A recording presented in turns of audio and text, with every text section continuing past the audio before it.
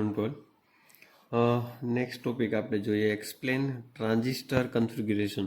Okay, તો આ જ્યારે ક્વેશ્ચન તમને પૂછાય તો 7 માર્કનો ક્વેશ્ચન તમને પૂછાય. ઓકે, કે ટ્રાન્ઝિસ્ટરની કન્ફિગ્યુરેશન તો 3 તમારે લખવાની થાય ને જે પણ કંઈ ખાસ કરીને ઇક્વેશન અને આ જે ફિગર છે એ તમારે ડ્રો કરીને આવવાની થાય ને ઇક્વેશન લખીને આવવાનું થાય તો તમને પૂરેપૂરા માર્ક મળે. બરાબર, થિયરી તો તમે વાંધો નહીં, તમે જે એક્સપ્લેન કરવું એ તમે લખો તો ચાલશે. ઓકે, તો ફર્સ્ટ જોઈએ કોમન બેઝ કન્ફિગ્યુરેશન. ઓકે, તો ફર્સ્ટ ઓફ ઓલ એનો ડાયાગ્રામ આપણે ડ્રો કરવાનો થશે. બરાબર, અત્યાર સુધી આપણે જે ફિગર મેં તમને બતાવતો હતો ફિગર, બરાબર, આ ટાઈપની કંઈક ફિગર હતી. બરાબર, આ રીતે કે આ જે ટ્રાન્ઝિસ્ટર છે એમાં 2 જંક્શન હોય ને 3 ટર્મિનલ હોય. બરાબર, એવું આપણે જોયું હતું. ઓકે, 3 ટર્મિનલ, એમીટર, બેઝ અને કલેક્ટર, અને 2 જંક્શન, એની વચ્ચે NPN ટ્રાન્ઝિસ્ટર અથવા તો PNP ટ્રાન્ઝિસ્ટર હોય. બરાબર, આવી રીતે કંઈક સ્ટ્રક્ચર હતું. તો ટ્રાન્ઝિસ્ટરનો સિમ્બોલ કેવો હોય? બરાબર, તો તમે જુઓ કે આ રીતે ટ્રાન્ઝિસ્ટરનો સિમ્બોલ હોય. આ સિમેટ્રિક ડાયાગ્રામ આપણે ડ્રો કર્યો, પણ એનો સિમ્બોલ ખરેખર કેવો હોય? તો આ ટાઈપનો હોય. બરાબર, આ મેં તમને આવી રીતે ડ્રો કરેલો છે. બરાબર, ઊભો પણ હોય, ગમે તે રીતે તમે આ ટ્રાન્ઝિસ્ટરને રાખી શકો.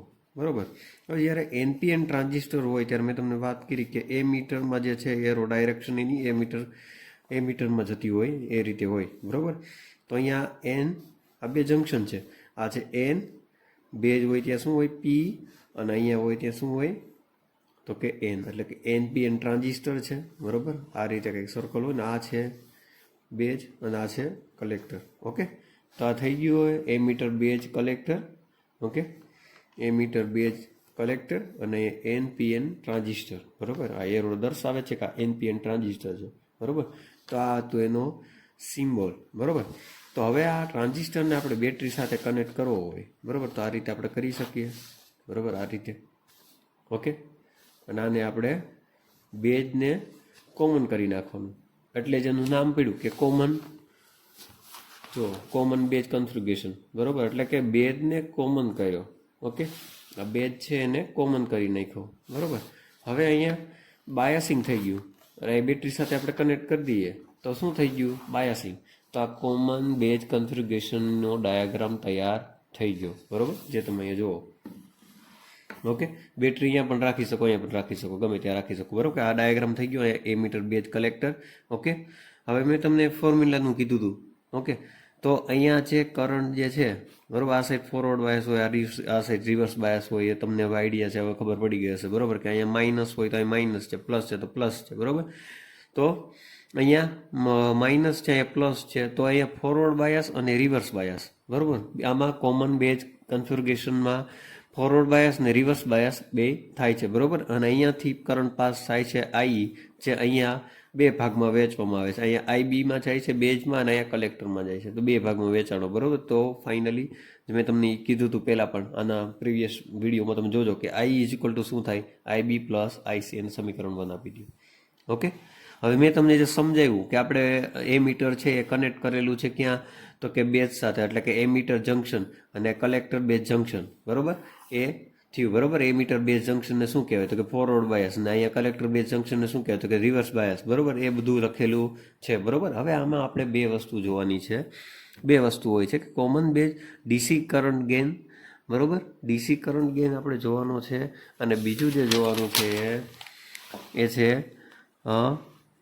AC current gain. બરાબર, DC કરંટ ગેઇન જોવાનો છે અને AC કરંટ ગેઇન આનો જોવાનો છે. બરાબર, એટલે આમાં જે કોમન બેઝ કન્ફિગ્યુરેશન છે એમાં તમારે યાદ રાખવાનું કે આપણે આમાં DC કરંટ ગેઇન જોવાનો છે અને AC કરંટ ગેઇન પણ જોવાનો છે. આટલી વસ્તુ થઈ જાય પછી.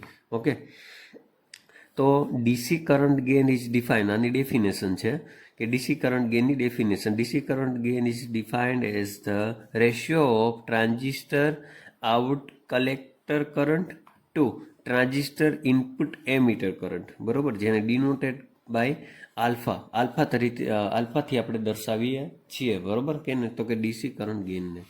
બરાબર, મેં તમને જે ફોર્મ્યુલાનું કીધું જેની ડેફિનેશન એ અહીંયા લખેલી છે કે આલ્ફા DC કરંટ જે છે એ ઇઝ ઇક્વલ ટુ શું થાય? તો કે ટ્રાન્ઝિસ્ટર આઉટપુટ કલેક્ટર કરંટ ના છેદમાં ટ્રાન્ઝિસ્ટર ઇનપુટ એમીટર કરંટ, બરોબર, એટલે કે આઉટપુટ ટ્રાન્ઝિસ્ટર આઉટપુટના છેદમાં ઇનપુટ, બરોબર, કલેક્ટર કરંટ અને એમીટર કરંટ, બરોબર. તો અહીંયા આપણે એવી રીતે લખી શકીએ કે alpha DC is equal to AC by I. હવે જ્યાં પણ આપણે ડીસી ફાઇન્ડ કરશું, બરોબર, ત્યાં આ વેલ્યુ પુટ કરશું, અથવા તો આ વેલ્યુ જ્યાં આવે ત્યાં આપણે આ મૂકી શકીએ, બરોબર. ઓકે, આ થિયરી તમે એક રીડ કરી લેજો. થિયરી ખાલી આપણે આગળ પણ આપણે જોયું, બરોબર, એ પ્રમાણે જ છે. થિયરી જસ્ટ તમે રીડ કરી લેજો, બરોબર. આગળ આપણે ફોર્મ્યુલા જે સમીકરણ છે તારવીએ આપણે. તો we will find the collector current, બરોબર. કલેક્ટર કરંટ આપણે ફાઇન્ડ કરવાનું છે. તો કે alpha DC is equal to આઈસીના છેદમાં આઈ, એટલે કે કલેક્ટર કરંટના છેદમાં એમીટર કરંટ, બરોબર. એમીટર કરંટ ને કલેક્ટર કરંટ, બરોબર.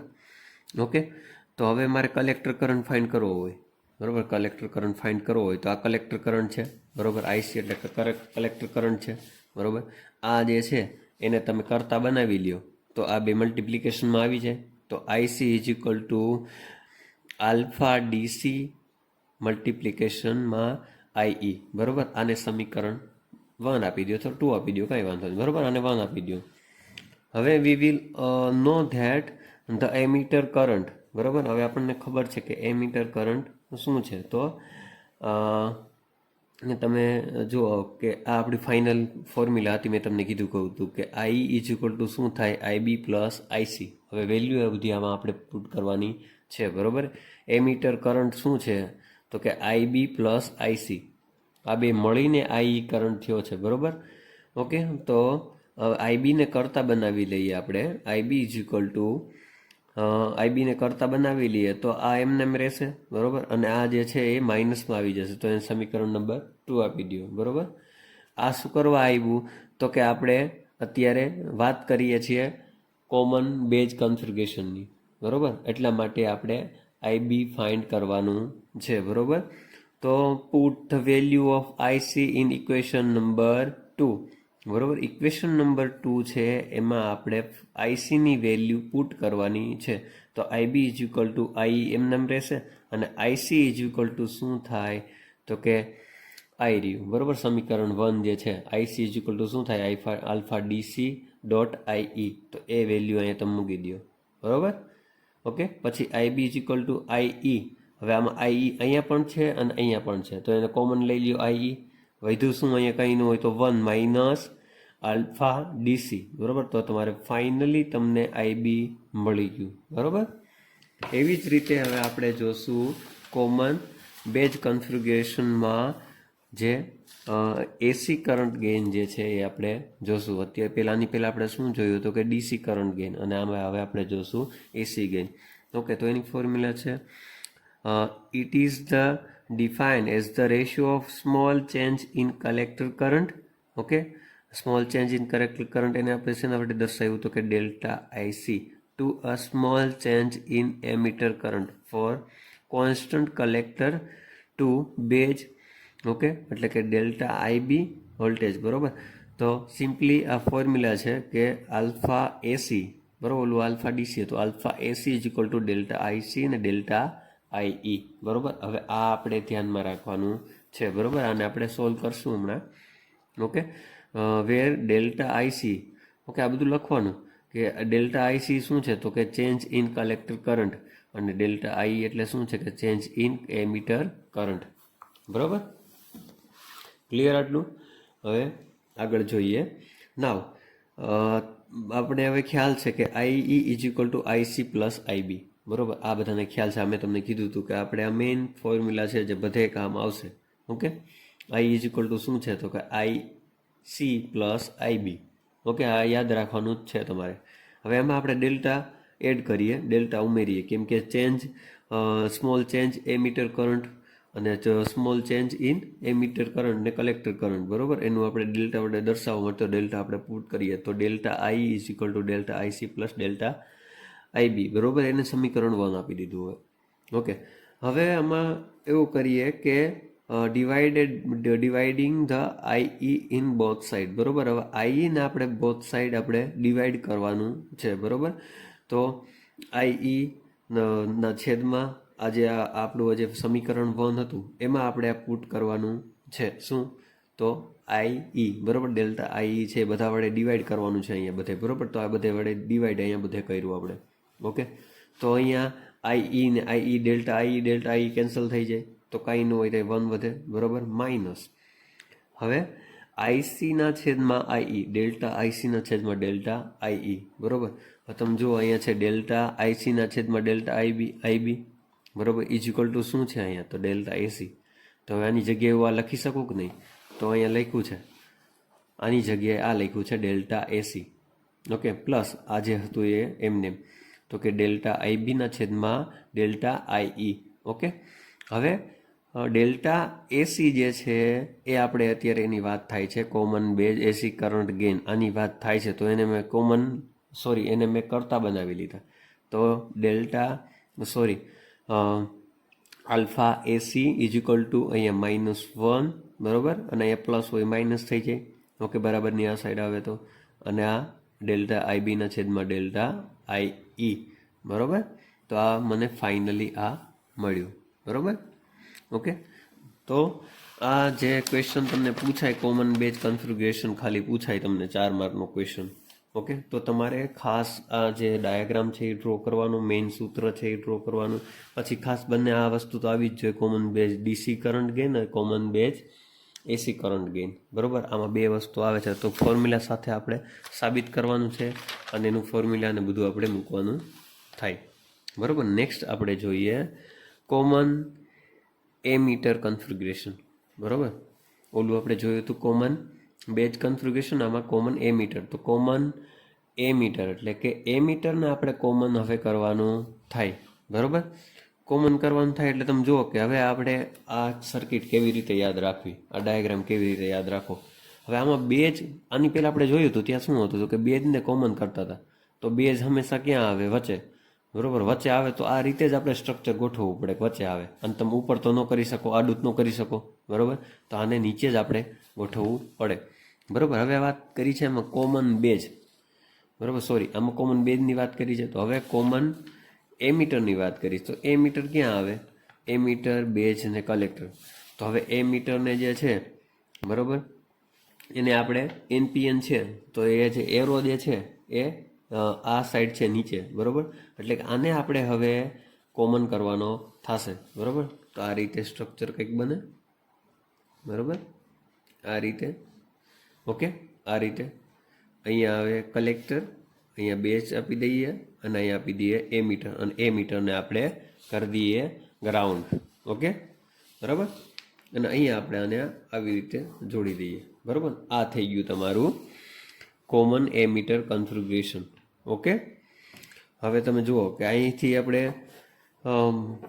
આ જે છે એનપીએન ટ્રાન્ઝિસ્ટર આમાં એનપીએન ટ્રાન્ઝિસ્ટરનો જ આપણે ઉપયોગ કરવાનો છે બરાબર તો આ પ્લસ છે તો પ્લસ બરાબર એટલે કે અહીંયા ફોરવર્ડ બાયસ આવશે બે સાઈડ બેટરી કનેક્ટ કરવાની છે બરાબર અને અહીંયા પ્લસ છે અહીંયા માઇનસ છે કરંટ બરાબર એટલે કે રિવર્સ બાયસ તો ફોરવર્ડ બાયસ અહીંયા થશે રિવર્સ બાયસ અહીંયા થશે બરાબર તો આપણે એવું લખવાનું છે કે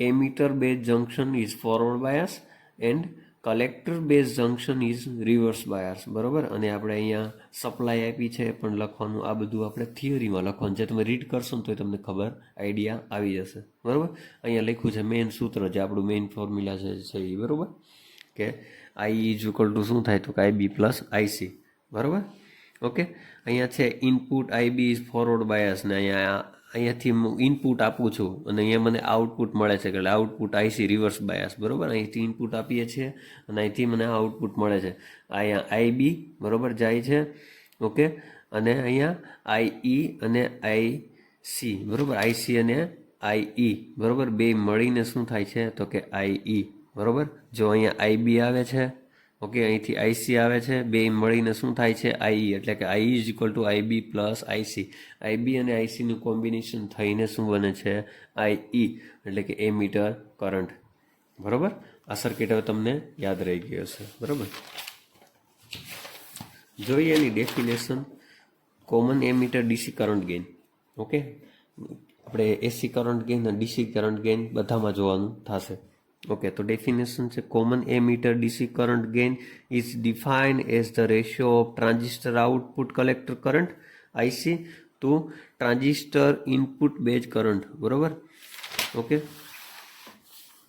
સાથે આપણે લખવાનું કે હવે ઓલું આપણે આલ્ફા ડીસી જોતા હતા, આમાં બીટા ડીસી જોવાનું, બરાબર. બીટા ડીસી થાય is equal two transistor output current, output collector current છે અને ઇનપુટ એમીટર કરંટ છે, બરાબર. એટલે કે એસીના છેદ આઈસીના છેદમાં આઈ, બરાબર. Beta DC is equal to આઈસીના છેદમાં આઈ બી, બરાબર.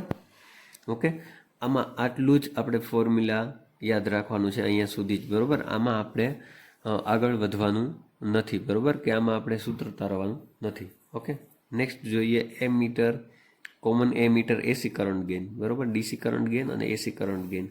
ઓકે, તો એની ફોર્મ્યુલા શું છે, એની ડેફિનેશન તો કે it is a define as the ratio of small change in collector current delta IC to the small change in the base current, બરાબર, delta IB for a constant collector to emitter voltage VEB, બરાબર, by denoted by beta AC, બરાબર. હવે beta AC is equal to શું થાય તો કે delta આઈસીના છેદમાં delta IB, બરાબર. આપણે અહીંયા સુધી જ બેમાં આ જે છે આ કોમન એમીટર કન્ફિગ્યુરેશન જે છે એમાં આપણે જેનું જે ફોર્મ્યુલા જે છે એ જ લખવાનું છે, એમાં ડિસ્ક્રિપ્શનમાં આપણે લખવાનું નથી, બરાબર. એટલું તમારા માટે ઇઝી થઈ જાય છે, બરાબર. બેનું ખાલી આપણે ફોર્મ્યુલા જ લખવાના છે, ડેફિનેશન લખવાની છે, ફોર્મ્યુલા લખવાના છે. ઓકે, અને શેના વડે ડિનોટેડ થયું એ લખીશું, બરાબર. ઓકે, તો હવે નેક્સ્ટ નેક્સ્ટ ટોપિક આપણે જોશું explain relation between current gain alpha and beta, અથવા તો એક્ઝામમાં તમને એવું પણ પૂછાય કે આલ્ફા અને બીટાનું રિલેશન બતાવો. ઓકે, તો આપણે આ જે ટોપિક જે છે એ આપણે નેક્સ્ટ લેક્ચરમાં જોશું. ઓકે.